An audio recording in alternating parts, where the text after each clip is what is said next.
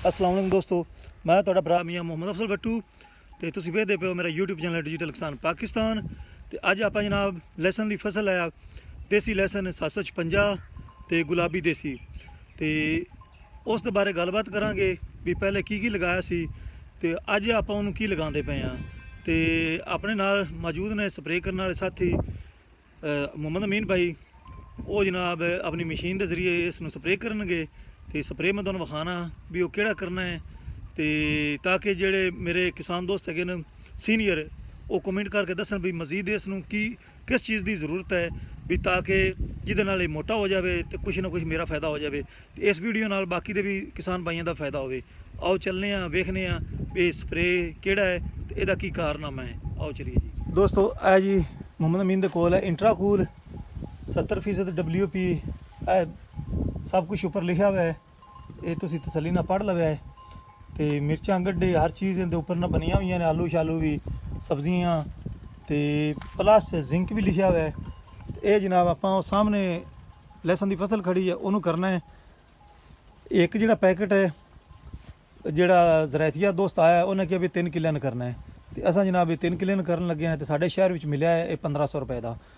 तो तुसीं जिन्ने भी किसान भाई वीर वेखण वाले हैगे ने वो लाजमी इस दे बारे सानूं दस्सिया जी, ताकि साड़ी कोई रहनुमाई हो सके तो मजीद साड़ा जिहड़ा लहसन है ना ज़्यादा तो ज़्यादा हो सके।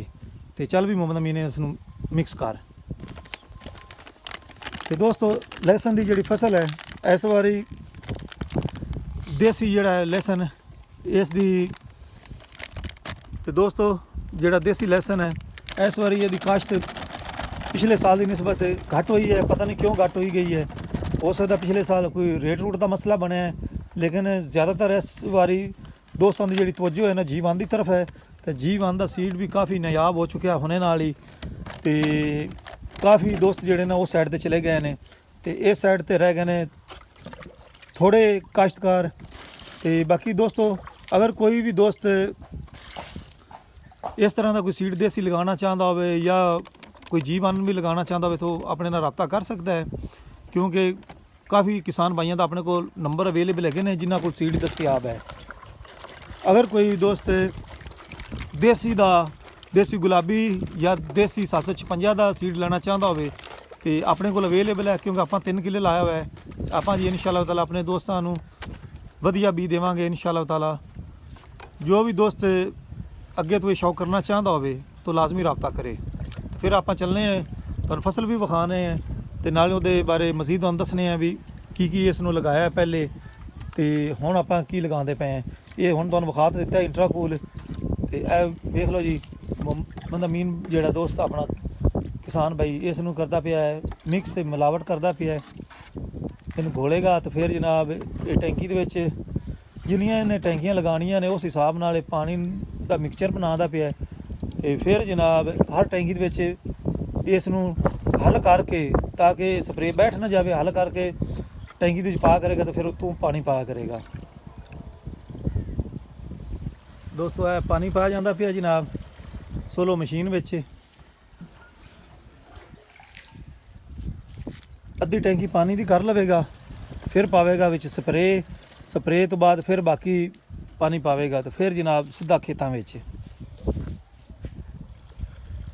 पानी मुकम्मल हो गया तो स्टार्ट हो गई जवान चुकता भी है।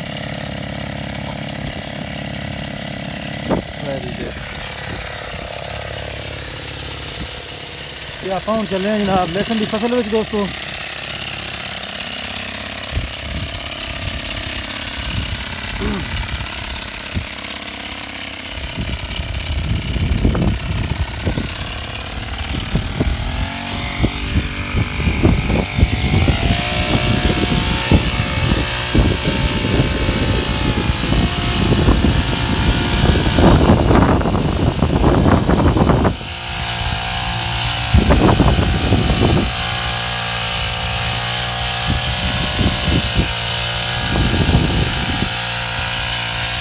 कणक की फसल है अपनी दोस्तों, है जनाब 756। अगे जनाब खड़ा है देसी गुलाबी, माशाल्लाह काफ़ी सोहनी फसल खड़ी है दोस्तों।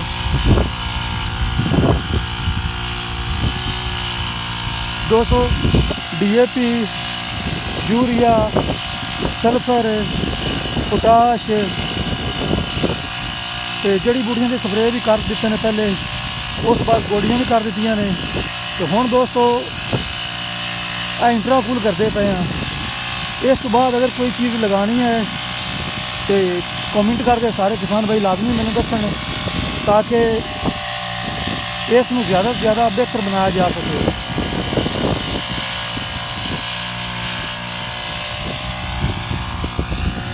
तो दोस्तों जिन्ने भी किसान भाई है ने जिन्होंने ये लहसुन का शौक करना हो, किला लगाना हो 4 कनाल 2 कनाल, तो वो अपने को जनाब सीड वाफर मकदार मौजूद है, तो आप उन्होंने देवांगे जनाब। मेरे नंबर पर रब्ता कर सकते जी, 0306 50 70 324 मोबाइल नंबर है मेरा। तो अपने दोस्तों को जनाब लाजमी सीड देवांगे। अगर कोई दोस्त कहते हैं जीवन चाहिए तो वो वास्ते मैं अपने दोस्तों जिन्होंने लगाया है उन्होंने सिर्फ नंबर दे सकना, बाकी तुम डायरैक्ट उन्होंने रब्ता करके खरीदो फरोख्त करनी है।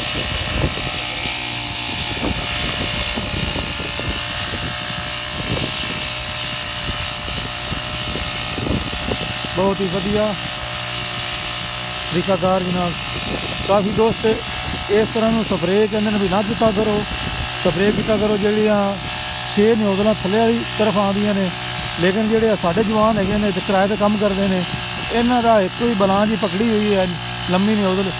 ये कहते हैं भाई ये असी करने हैं तो यदी गारंटी है। हालांकि जिस सीजन भी करते हैं माशाल्लाह रिजल्ट अच्छा मिलता है। तो आओ हम आप चलीए अगले लहसन भी तुम विखा दईए जोड़ा है गुलाबी देसी, ताकि दोस्तों वो भी नज़र आ जाए कि वो फसल कैसी है। तो बाकी दोस्तों गुलाबी देसी या 756 काफ़ी किस्म के सीड आए हुए हैं। तो मेरे ख्याल ना भी सारे दोस्तों ना ज़्यादा तो काश्त मैं नहीं करना भी हर बंदा लहसन ही लगा दे 10-20 किले, जिन्ना कोई शौक कर सकता हो। 2 कनालों का 4 कनालों का किले का 2 किले का ये फसल भी लाजमी ही लगानी चाहिए है, क्योंकि फसल इन्नी माड़ी नहीं हैगी दोस्तों, ये वधिया फसल है। तो ये भी दोनों आराम नाल प्रॉफिट आ सकता है। ये मैं गल करना, बाकी मैं मजीद इस बारे नहीं दस सकता, क्योंकि बास दोस्त फिर कहते हैं पता नहीं इन्हें अपना सीड बेचना है, इस वास्ते ज़्यादा तारीफ करता पिया है। तो आप तो लाया दोस्तों ये दूसरी मरतबा, एक बारी लगाया सी 1-2 साल पहले, तो उस तो बाद फिर आप इस बारी लगाया है इसनों, क्योंकि काफ़ी फसलां जिहड़ियां ना उन्हां तो हट के बाकी फसलों में भी हिस्सा लेना चाहिए। और सामने जनाब तुम चेक कर लो, दोनों ते लैके चलना मैं जनाब गुलाबी देसी ते गुलाबी देसी का वो भी वधिया है, वह तो 756 ये देसी गिने जाते हैं।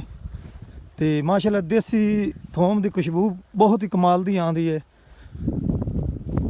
चेक कर लो जनाब थोड़े सामने देसी गुलाबी दोस्तों। अगर कोई दोस्त देसी गुलाबी का 756 का सीड लेना चाहता हो तो मेरे नंबर से रब्ता कर दे। तो नंबर मैं पहले भी दस दिता है, एक बार फिर लिख लो 0306 50 70 324। अपना इलाका है ज़िला उकाड़ा, तहसील दीपालपुर, हवेली लगा शहर, वो नाल ही पिंड है मखना ठक्कर के बंदा। तो ये चीज़ जनाब अवेलेबल है। तो हुण मैं अपने सारे वीरों तो लेना इजाजत। तुहाडा भरा मियाँ मुहम्मद अफजल भट्टू। अल्लाह हाफिज़। पाकिस्तान जिंदाबाद।